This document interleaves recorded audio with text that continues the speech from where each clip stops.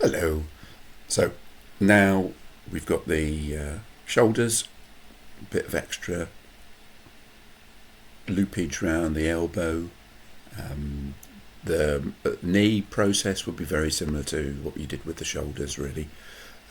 Just enough edge loops in there to make sure that when the knee bends it can go around a reasonable curve. So let's turn the attention to the head. Okay, so I'm going to turn off the mirror modifier, and then all the work we do is going to be kind of pretty much in this face here, and along the way we'll get to a point where it could go kind of more humanoid, or it could become a creature head. Okay, so and I'll flag up where that point is and how you might go about making it slightly more creature like. Okay, so the space here is where the facial features are going to be clustered. For my type of character, in my reference images, you can see that it's that line there is just a little bit too low. It's going right across the eyes, and we will probably have an eye line like that, but not this one. Okay, so I'm going to move this line up, the whole loop upwards. So it's G. Oh no, I'll do my selection first. So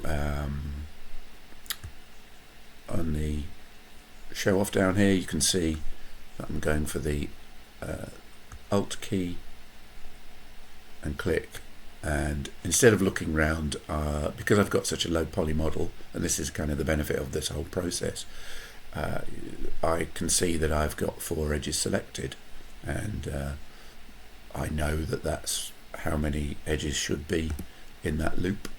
So if I go like that, I can accidentally go over the centre line, which isn't good, so I'm going to hit my Z and just perch it just above the eyebrow. Okay, so a little bit more space to work with. There's going to be some edge loops clustered around the jawline as well, so from the front view it would look quite dense in terms of loops, but from an angled view a lot less so. Okay, so the first thing is to do is to set up an area between the eyes, so when we get to the adding the eye area, it's sort of separated out and not trying to join too easily and kind of much with the eye the other side. Okay, now one of the things that might be worth pursuing is just expanding the side of the head out slightly, and so I'll need these 2 edges here for that. Just drag it out so that down the x-axis, so that there's a bit more space to work with, because you want kind of a good space to set up the loops for the eyes, because again some of those were going to look quite tight from the front view because they're building the ridge for the nose as part of the eye socket cavity. Okay, so straighten up again, and I'm in opaque mode so that we can not have to worry about accidentally clicking a back face when we're doing cuts, because there's a lot of cuts coming up. Okay, so straight to the cuts, so K on the keyboard and keep it fairly tight to the middle of the face, go down to where the nose is and click on the line, hit return key, and there's a nose area sectioned off. Now the next bit is to come across from the centre line, K tool again,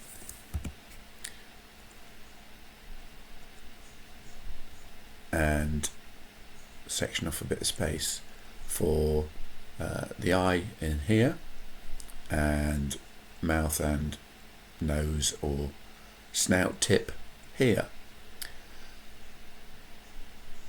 Okay, hit the return key and build that in So that's kind of the essential cuts done. It's subdividing the face so that you've got areas kind of sectioned off. Now the mouth and nose being together, it really kind of depends what you're going to do in terms of facial animation or expressions changes. This arrangement is slightly more versatile in terms of expressions or potential animation, but it also allows that if you're going to make a creature, so a kind of on two legs, a bipedal creature with a elongated face with more of a snout and scary animal teeth or whatever, you could easily build that out from here. And the way to do that would just be, the simplest way would be to grab the knife tool again, section out a smaller area. I'm making it kind of overtly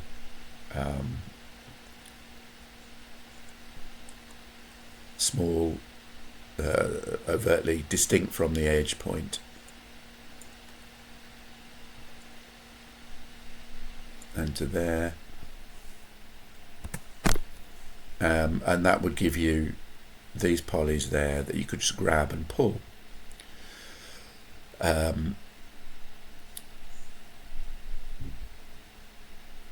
So to see that with a bit of an angle on,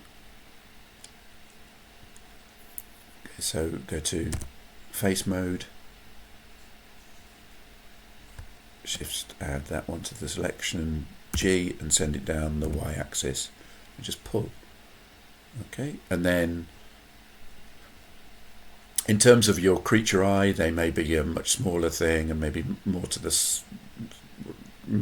side of the head than this seems to allow.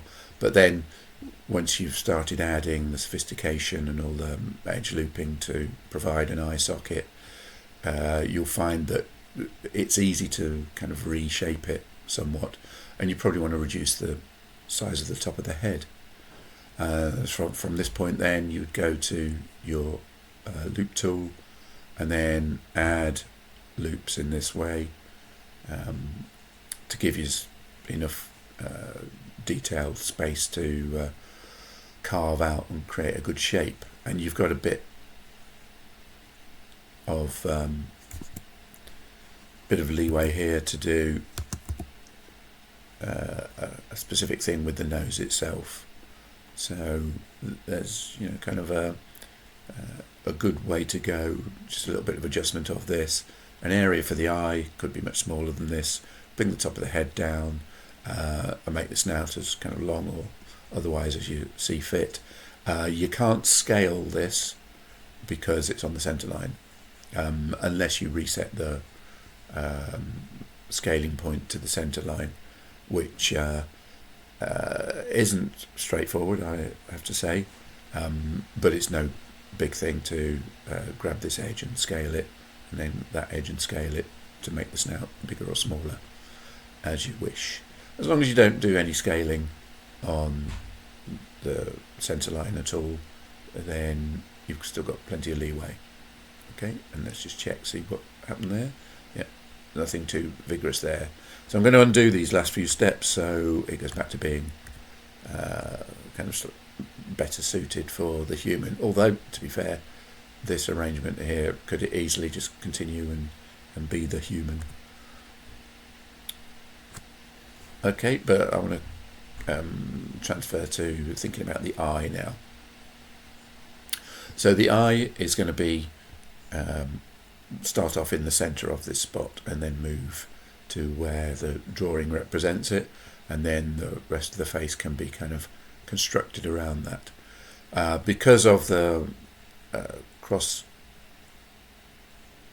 edge here, any loops I automatically add won't transfer any further down the head. But in terms of adding loops for the eyes, you want to quickly get to the point where you can make a kind of eye-shaped circuit all the way around. Okay, so let's go in close, get the knife tool again, and it's kind of probably automatically build in these kind of, I call them suspension edges. They're edges that join what starts out as a rectangle. And I hit return key. There's a couple of automatically added edges there to help kind of subdivide the space and try and keep some quads. But it's funny, it doesn't necessarily do them in the same place, but it always gives you two free edges and kind of prompts you to do the remainder yourself, like this.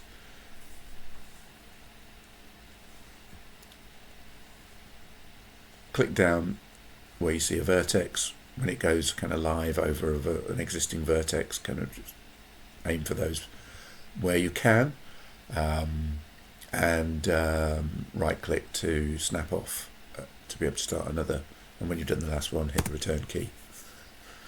Okay, so this then that's kind of like the base point of the eye, what you define as the essential shape of the eye comes from this arrangement here.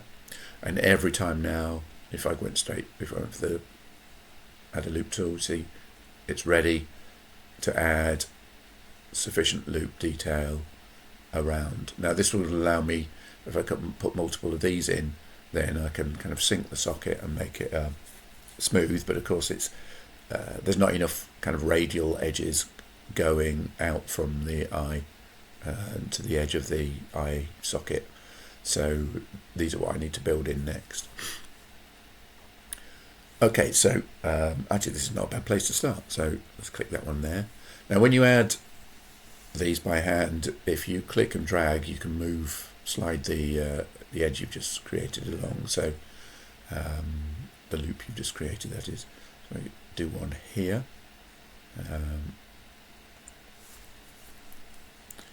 And then we need an intervening several. So when I've just done that, now before going much further, I'm going to start shaping this. And there's a useful thing which I think you should be aware of. I mean, for this particular use, you think, well, why not just kind of hand do it? And yeah, you can do it by hand and eye if you want to, but some of you might find this quite useful, and it's not much bother to invoke this extra tool. So in Blender, there's quite a few add-ons, and the add-ons are things that are built into Blender, but you have to enable them. So to do that, don't want any of those yet.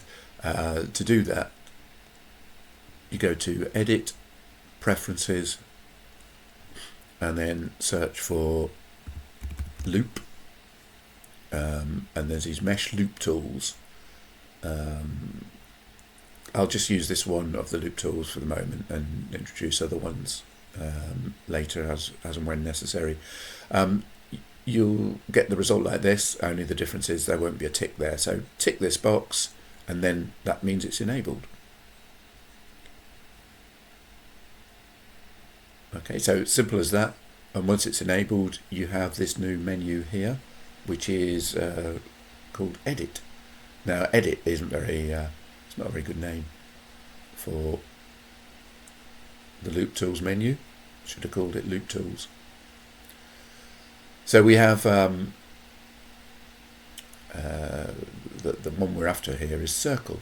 So if I select my uncircular sets of edges, so I'm going to see if I can loop select. Now because we've got these kind of junctions here, it doesn't really know which way to go at this point. You have to give it a bit of help, so I'm holding shift down as well as the alt to loop select. Okay, so and then we go circle and it circularizes. It's kind of as simple as that. There are some settings for it. There, as you can see, they're kind of quite good settings, quite useful. Actually, I might try undoing it, or at least taking the regular off. No, I do want regular. it's much better. Now, if you're not having a circular eye, which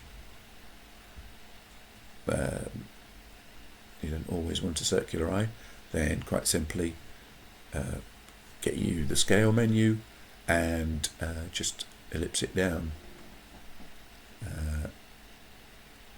So anyone who's done any drawing from life under a tutor may well have been told that one thing you do when you're looking at the rim of a glass from the side, as if it's on the table, and you're trying to draw that profile, the rim pattern, is you never have corners on your ellipse. Okay, so if you use that kind of rule for making the shapes of eyes, you'll end up with a slightly more natural looking eye, even though kind of you have to go quite close in to see the curve in the corner of people's eyes.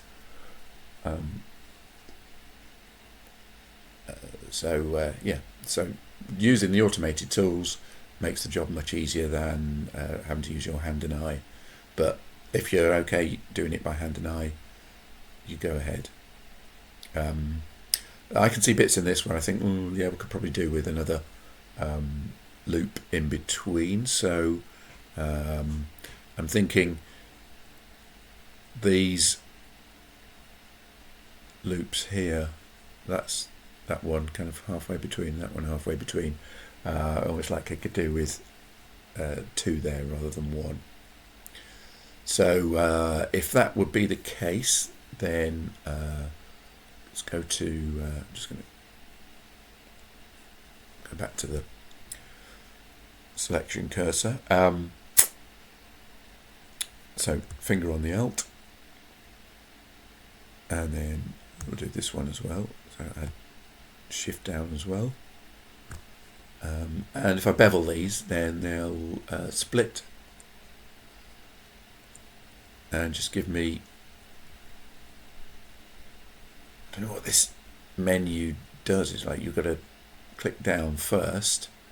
It's some sort of bias, I don't know. Anyway, I'll go there, and then you get the measurements, and it doesn't seem to make any difference. It always ends up flat, so you've got to remember. And the adjustment for it is kind of coarse.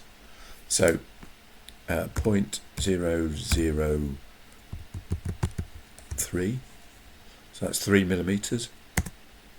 That's a lot better.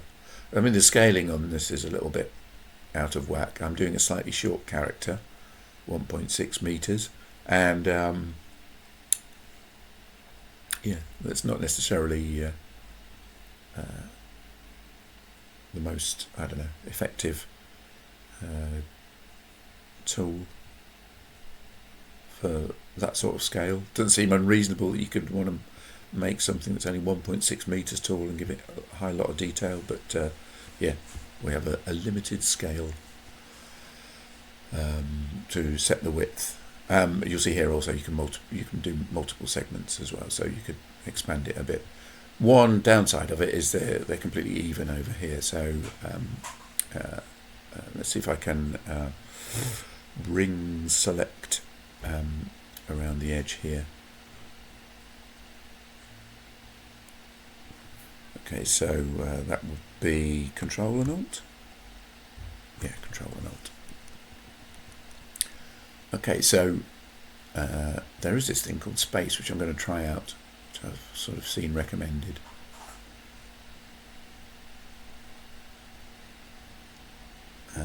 And what's that done?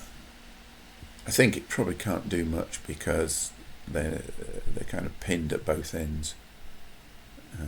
Cubic, linear. It's not doing much.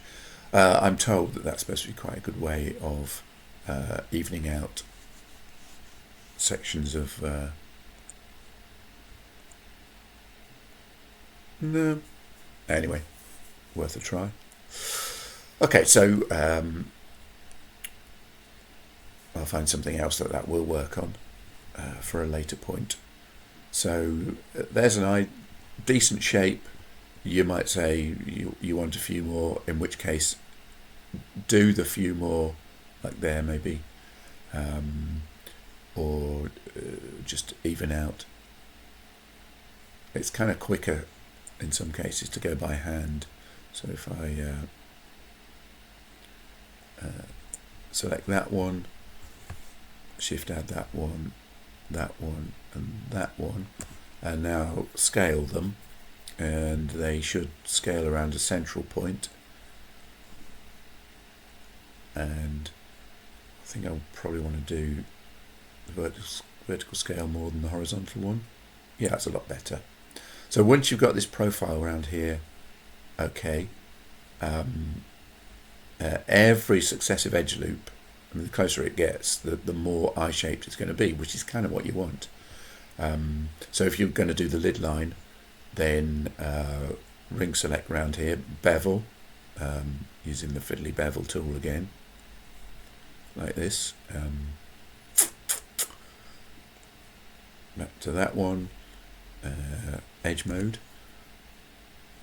finger on the Alt, left click. Again, it has trouble with these sorts of junction points. I need to shift add until it gets me my whole selection like that.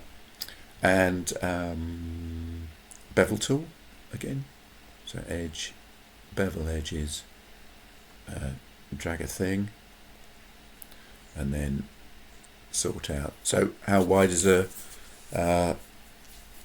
eyelid?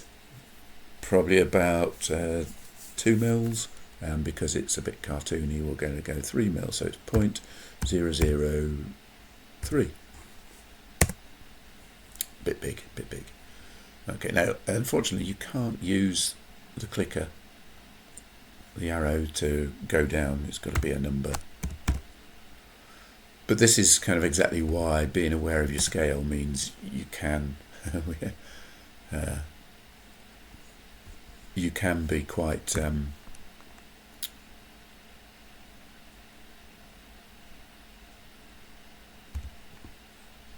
controlled in adding some of the details or data.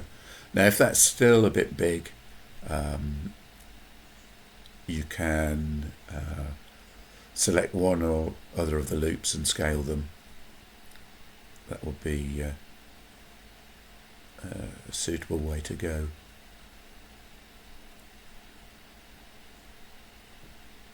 Okay, so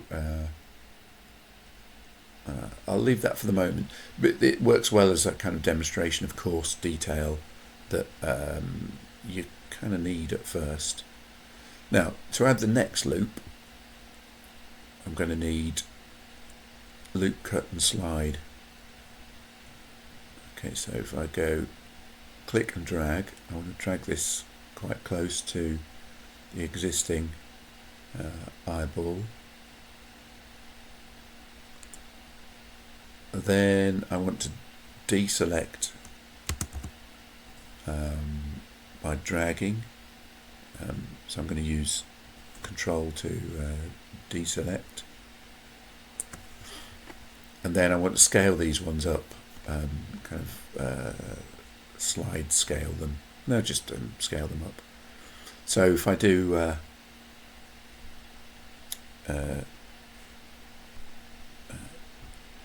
S and Z, I'll get the shape right, and then I'll move it with the next operation so that those corners come up a bit. So that's like the top of the eyelid. Okay, one of the beauties of this regular sort of set of geometry is that you can start with a central part, and you can then start manipulating it and scaling it about so that I think there's a setting that I just want to check that I've got on that it should be doing. Oh no, it's doing orbit round selection, but once it flips into perspective view, let's just zoom in. Okay, so I want to make the ball of the eyeball. So G and Y be the one. Read out a bit. Okay, that's okay. But if I expand that selection, and if I go to, if I hold Control down and click onto face mode, then I can grab a bit more and bring that out.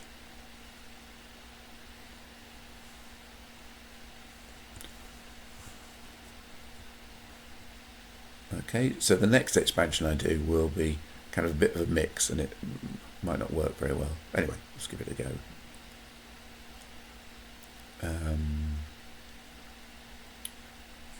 So if I go, I don't think if I go to back down to edge mode,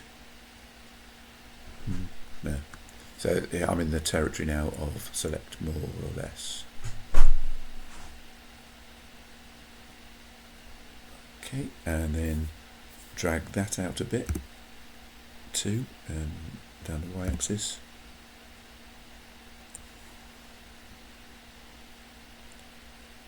And now that's starting to build out a shape of the eye. You can make this as kind of realistic or otherwise as you want. The eyeball itself is kind of a sphere that sits inside there. And if you're making one, 5 or 6 centimeters probably would be the diameter to go for. Yeah, that's okay. So now I need to pull out this this ring here that's going to be the lid. So edge mode still. Oh, goody. It's kind of learnt what I want. So this needs to pull forwards. And down the y-axis. Now you can see there that there's some funny shading effects, and this is because they're all smoothed. So if I can go to mesh, shading, we want sharp edges there, and probably the same for this one.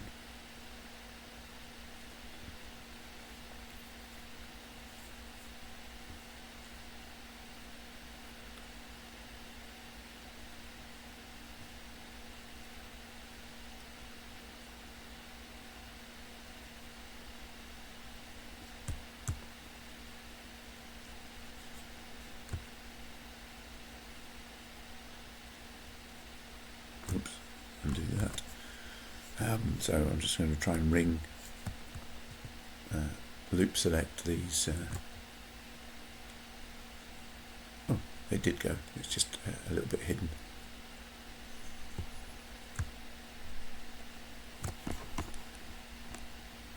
And then mesh, shading, sharp edges.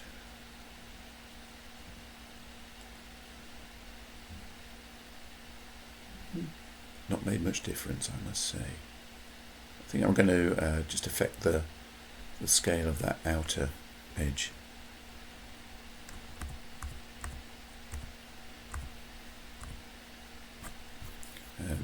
So if I scale that in the Z, just makes the edges a little bit more forward pointing. Yeah, it's a bit of a way to go with that, but it could. It's kind of getting there. Okay, so there's the base for the eye. You add more loops around here because you're going to need to raise, sink the eye socket in and raise it to form the bridge of the nose. The nose will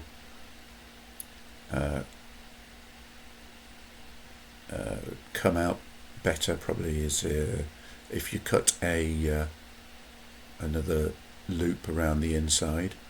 So knife tool, and this one is kind of quite close to the existing profile. Actually this one can go a little bit further. you're thinking partly about the bridge of the nose here as well, where you're going to have a few coming across, because it kind of dips down into the bridge and then comes forward for the nose, kind of like as part of the brow, receding in there, and then hit return for that, and these polys drag out in various amounts, and then finally you do something with the last edge. I think we probably need a loop, or use this loop to go a bit closer there so we can dip in for the bridge a bit more. Okay, so and then a bit more even space between these edges. They're a little bit close together because of that bevel. Again, you could kind of hand add in and drag them a bit better than putting them in and then beveling them. But yeah, even them out so it's more of a kind of radial effect, and then start to add in a kind of curved profile that will suit more the socket there as well. Okay, so then let's move down to the mouth area. Now the mouth starts off as a letterbox, or half letterbox in this case, and you go bigger than you want the lip area itself, the lip line, to occupy. So this is partly for demonstration methods, but also so it's easier to add so kind of subsequent hand cuts in like this. So you get your structure in first,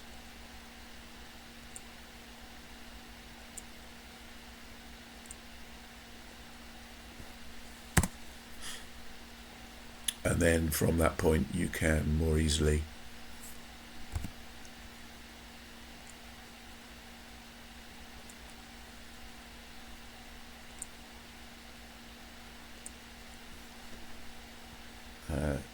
kind of see where things should fit. So we've got a position here where I kind of even the space here and there.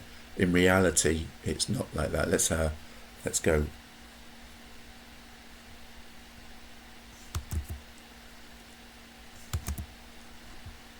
Square on and have a look. Just have a quick look at the see-through.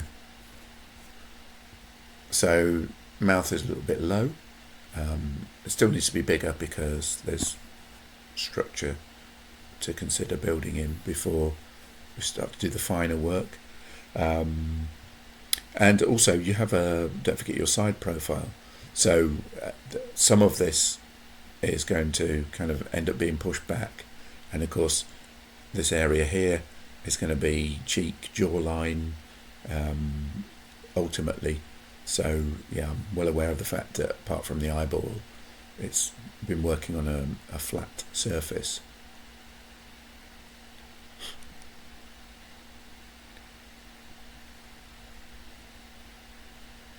Okay, so once you've carved your eyeball in, you start thinking about how it sits in the socket and raising the nose, and then building more structure around the mouth.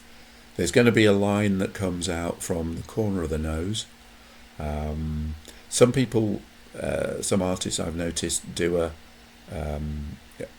a mask that just fits right under the nose rather than over the bridge of the nose, and to an extent there is a line, that a radial loop that comes out from there in any case, and tracks around and goes just above the chin, the area that you define as the chin.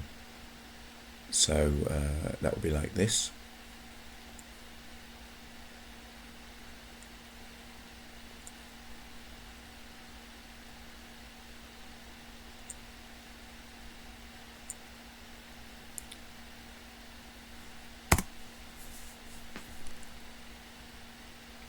Okay, and now if I go to the loop tool, which is, I have to remember this one, Control R, if I set my cursor there. Now, the reason why it won't go, it won't continue round, is because I have an extra side on my on this poly here, on this face. So what I could do for that is add a loop that goes down to the philtrum and goes down the over the chin as well. And with my character, it's got quite a curvaceous chin, so I want to have some kind of loops there to be able to add that definition, so it wouldn't be a bad idea for me to build that in. So I go for the knife tool. It's kind of a good idea to only be slightly lazy. So I've added a click down. Oops. So now if I want to add a ring there, I can. It goes all the way around, but I don't want to add any more until I've done mouth shaping. So shape the mouth to be what you want. In terms of a character, an expression on the face, you build one in at this point, nail it in. Mine's got a half a smile on its face. I would probably add a very tiny gap between top and bottom lip, and depending on how realistic you're going, have a look at kind of profiles, lips from front and side. You'll kind of get a real feel for how the lip structure of a character is built up. It can be. It seemed to me that lips were a massive part of the development of computer animation, computer 3D animation. The techniques for handling lips, if that's the right word, were kind of key parts in making it from a machine thing into a viable form of animation. So spend a bit of time getting the lips to a kind of satisfactory point, and be aware that the corner of the mouth is something that appears to be like a bit where details disappear. They kind of get sunk in, hidden there, and aim to have not a corner of the mouth if you can. It might be very small, and it might be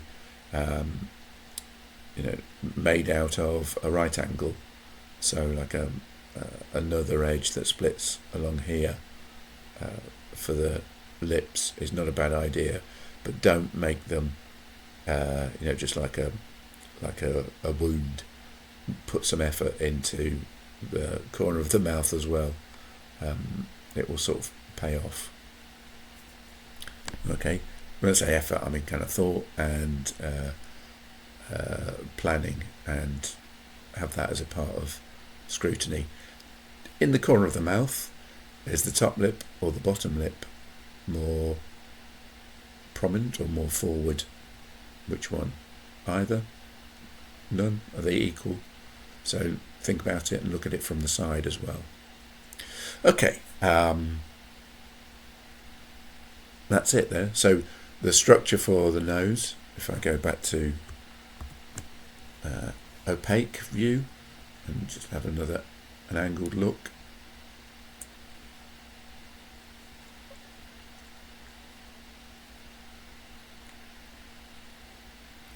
Okay, it looks ghastly, but that's because it's kind of structural.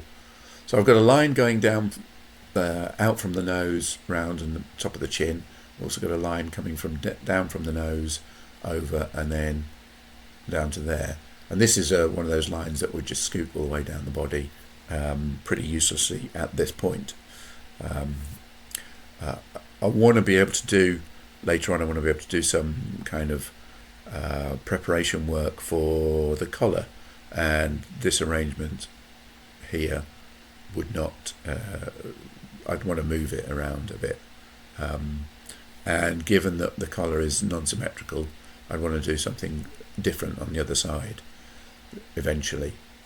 So some of this detail, some of these points are going to kind of stay around the side of the head. So I go to this view here. I'm going to be starting to move parts of the face forward as well. So the eye is kind of forward, a bit prominent at the minute. Once I've got loops around here, I can start to pull the brows forward, leaving the eye where it is, and start to pull some details more around the corner as well. At the moment, if I drag this, it's just going to be a sort of corner point. And yeah, we do want some brow detail to sort of pinch in here around the corner of the eye, and a bit more of a cheek, of course. So now it's a matter of, once you've got this structure in, start to move it out so it becomes more like the side profile. So a little bit more work with the forward view, but the side profile is starting to become more and more relevant now. We've got this base structure in place. So while there's not so much detail in here, you can move quite a lot of stuff and get it kind of better placed. Okay, so I'll leave it there. The next development of this, you'll see, will be it'll have a lot more movement done on it and have things placed in the right place relative to profiles. But within this structure, there's not really a whole lot you need to do that means more cuts. Essentially, you've got a lot of stuff there that all fits in now within one or other area that will just automatically loop round. I'll just demonstrate that. And where you see it looping round, you know then that you have quads all over the place where you can add in and have a few more. I'm just checking this one. It wants to go that way, which is, yeah, no, that's okay. That's right. Okay. You've got enough there to be able to start to make a more convincing shape, and any more detail you add in can be. Oh, there's something going on there still. Oh yeah, of course, because there's all these edges going down here. So these are the ones where you have to kind of cut between the loops you add in here to add the mouth parts, and must link into by hand to every one of these.